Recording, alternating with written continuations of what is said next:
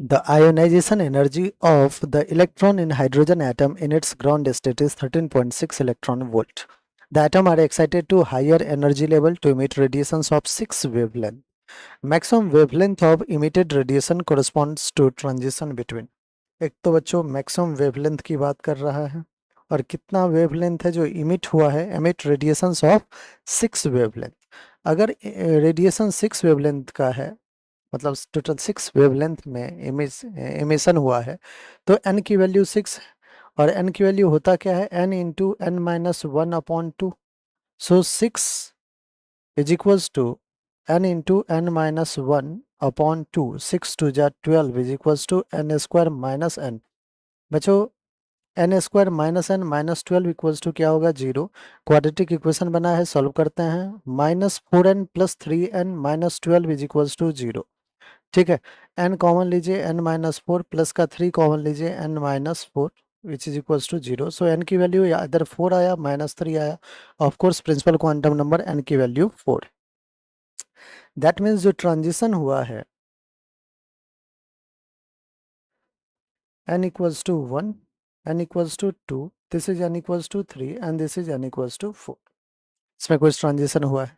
कह रहा है कि अब मैक्सिमम वेवलेंथ आपको फाइंड करना है। कह रहा है कि जब इमिशन जो होगा, इमिशन n बराबर 4 टू n इक्वल्स टू 3, जब इसमें हुआ है तो हमें लैम्डा फाइंड करना है। n बराबर 3 टू n इक्वल्स टू 2, इसमें फाइंड करना है। n equals to 3 to n equals to 1, इसमें फाइंड करना है। और n इक्वल्स टू 1 से तो कब बच्चों एक बार हमें कंपेयर करना ही पड़ेगा कि किसमें वेवलेंथ क्या है, मैक्सिमम है। हमें मैक्सिमम वेवलेंथ के लिए रिडबर्ग का वो फॉर्मूला याद करना पड़ेगा, जिसमें रिडबर्ग कहता है कि 1/λ इज इक्वल्स टू, कौन सा है बच्चों, हाइड्रोजन एटम है, तो आर जेड स्क्वायर, जेड की वैल्यू 1 हो जाएगी, 1/n1 का स्क्वायर माइनस 1/n2 का स्क्वायर। ठीक है, आर क्या है, रिडबर्ग कांस्टेंट। आइए बच्चों, 1/λ इज इक्वल्स टू, पहला हम केस देख रहे हैं, first option n equals to 4 to n equals to 3 state के लिए।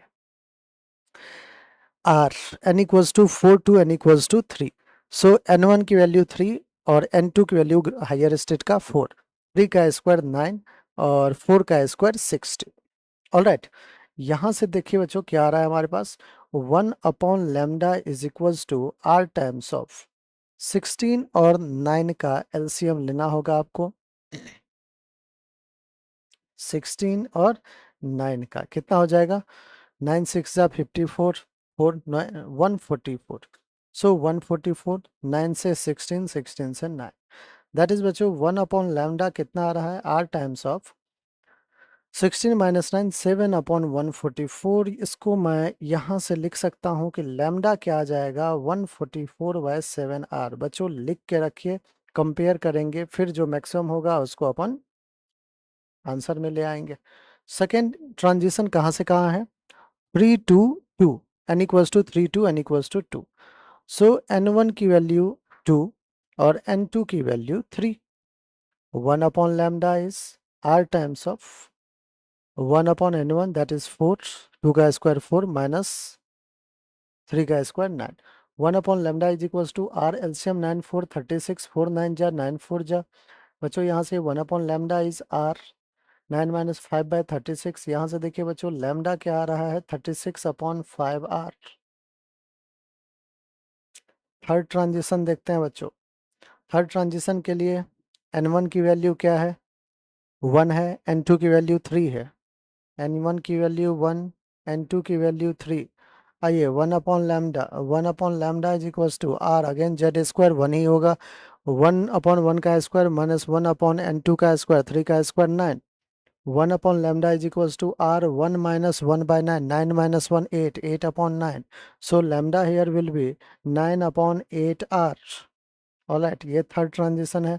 फोर्थ ऑप्शन के लिए देखिए बच्चों, फोर्थ का ट्रांजिशन है 2 to 1, that is n1 equals to 1 and n2 equals to 2।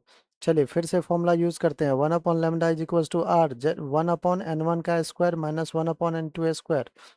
बच्चों 1/λ क्या आ गया, R, 4 minus 1 3/4। So lambda will be 4/3 are.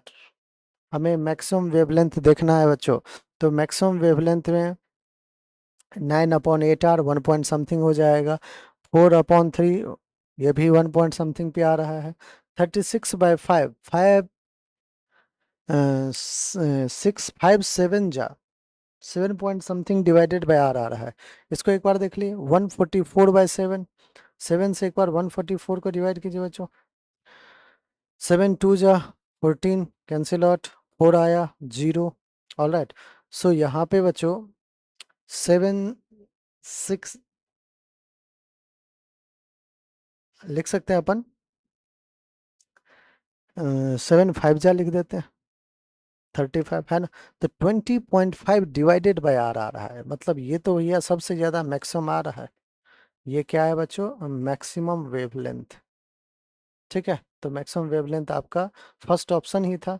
आइए फर्स्ट ऑप्शन को अपन क्या करते हैं, टिक लगा देते हैं। जो आंसर होगा हमारा बच्चों वो आ गया n = 4 to n = 3 स्टेप। ठीक है, फर्स्ट हमारा बिल्कुल करेक्ट आंसर है। तो बच्चों आपको कंपेयर करके ही सॉल्व इसे करना पड़ेगा।